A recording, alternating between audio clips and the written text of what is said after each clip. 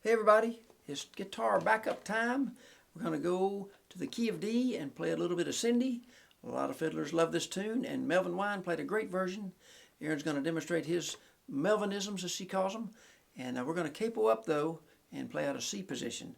It lets us kind of outline the melody a little more, and I think you'll find it a lot of fun. So let's give Cindy a whirl here.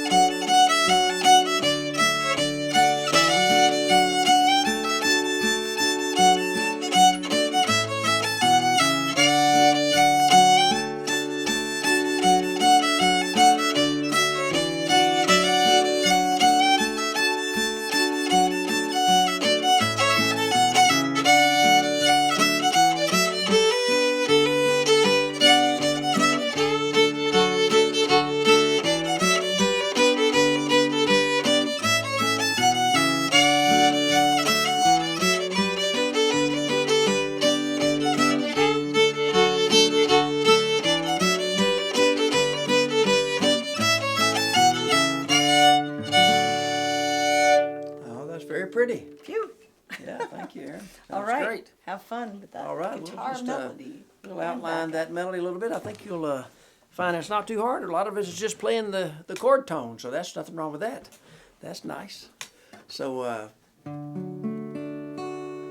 let's just think about which string is which tone in the key of C position. Remember, we're in the key of D, actual sounding. So whenever you capo, you got to remember you're playing in the key of D, in this case, and you're capoing and playing, thinking in the key of C, the chord shape. So our one chord is a C, which is the actual D sounding. F would be a G chord, actual sound, and then A chord is a G shape for us. So C, F, and G in our thinking there. So let's just play the third string is kind of the melody, the starting melody of Cindy. So that third string, let's just try this before we even get into the tune. Just do third string a couple times, and the fourth string a few times, and the fifth string a few times.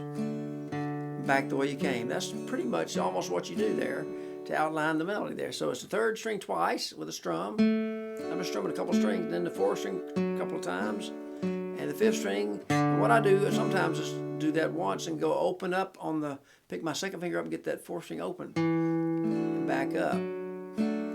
So now let's just try that a few times. So third twice, the fourth twice, the fifth, and open and back down. And then going around this time, third, fourth, just G shape and walk back to C. That would be a perfectly great backup. Pick up that second finger, put it back down. G shape, walk back to C. That's the first part. And you could get kind of wildwood flowery there almost. You could do a little more. Don't want to get too carried away. Don't want to do too much to distract from the fiddler, but the melody you could, and this is kind of nice too. A little bluesy walk. And you can go different ways back to that C shape. So that's kind of the first part. Third string, the outline, fourth, walk, kind of up, little walk there is nice. You can add that little second fret on G, walk into. Then you're going to walk up on the fourth string to the F shape, and I'm just going to dance my third finger up twice. C, do the same thing, just dance, or you can use your little finger. Back to walk to F again, and a G shape. Walk back the second part up to F and alternate the bass. shape, alternate the bass low, walk to F, G back to C, first part. So you keep it pretty simple, sounds great. Here's the G walking back to the C shape. Add a little more. Got a lot of variety you can throw in there.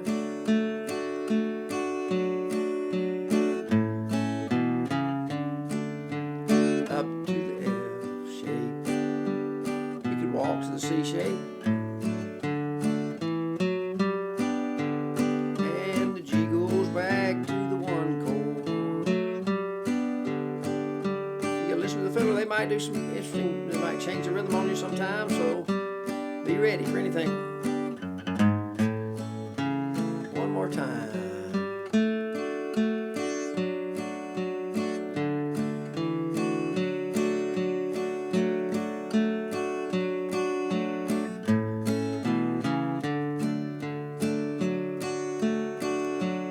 Experiment a little bit. Anything goes there.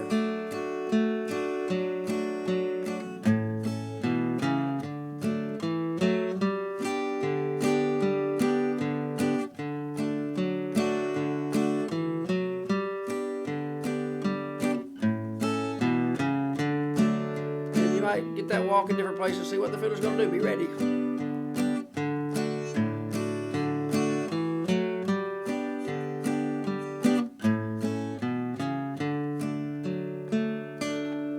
Pretty fun. And just thinking about a hammer, I'm doing a little hammer sometimes, or just a walk. Just notice that, you know, you got just kind of a hammer can really be a nice thing, right? Or just a straight note. So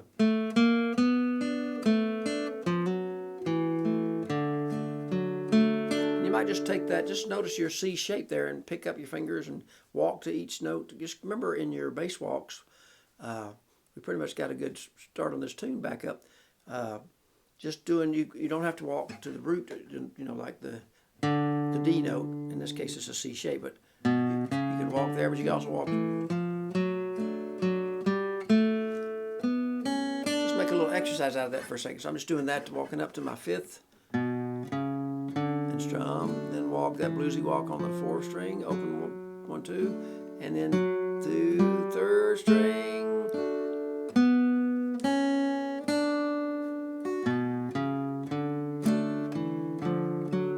Just a good warm up. Maybe back down.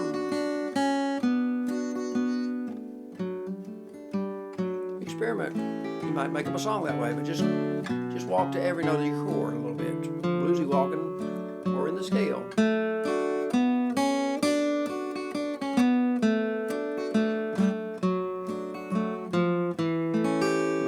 G7 in there, and you might hear different ways to walk there. So, and try that. Why don't we try that in the G chord, just for fun? And I'm just kind of.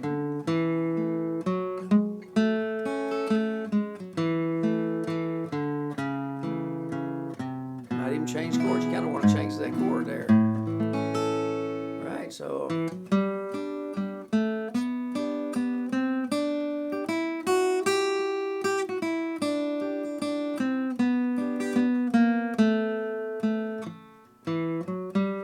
Lost in what chord. You got to remember what chord you're playing in, and I'm kind of changing key a little bit there. But let's do one more time. We'll do the Cindy, and again, it's easier to do it with the fiddler. I might be getting lost on my timing a little bit there, but I'm gonna do it one more time there. So, so she's a ding ding ding ding ding, right?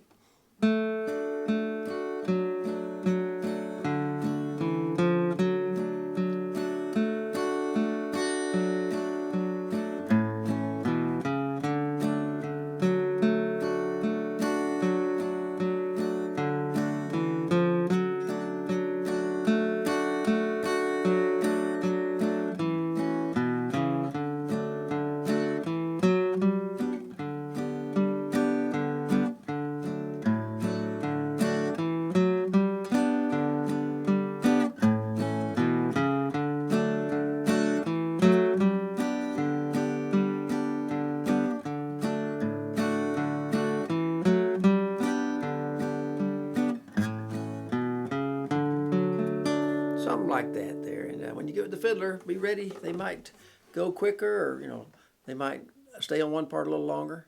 And if you sing, some people sing words to Cindy, so that's good too. But anyway, enjoy. Try it in an open D shape and see what happens there too. We played with the capo shape, C, but try it with the open D, G, and A chord and see what you think of that. And I think that's what was in the video that Erynn used to transcribe from. So have fun with Cindy, and have fun outlining just the different notes of the chord there and walking to them, and just exercise fashion, just to while away a pretty day on the porch sometime. Take care.